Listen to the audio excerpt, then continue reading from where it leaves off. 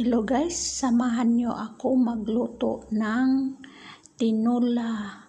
Ayan guys, bago ko lagyan ng tubig na isabaw, ayan, pinakupsan ko muna bago lagyan ng tubig. Ayan, kumukulo na. Lagyan ng mga sangkap, lahat ng sangkap, ayan. Kunti lang tubig ang ilagay natin. Tapos nilagyan ko na ng paminta, asin.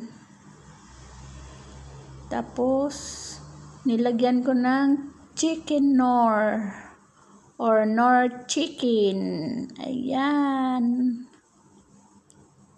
Maganda at makulay. Ayan ang chicken Knorr guys. Lagyan ng sili.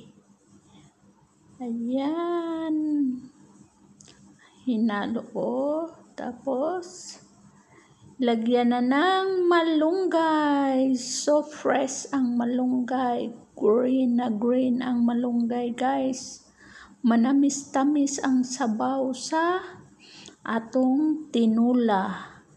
Ganito ako magluto ng tinola guys. Igisa ko muna ng mantika. Yan. Ang last nang nilagay ko ay dahon sa sibuyas. Ang nagdala ng aroma. O sarap. O nagpagbigay ng kagwapa sa atong niluto. Ayan. May hiniwang manok at saka tanglad. Ayan. Dana ang atong niluto na sabaw manok or tinolang manok. Ayan guys. Dali na po kayo. Ayan.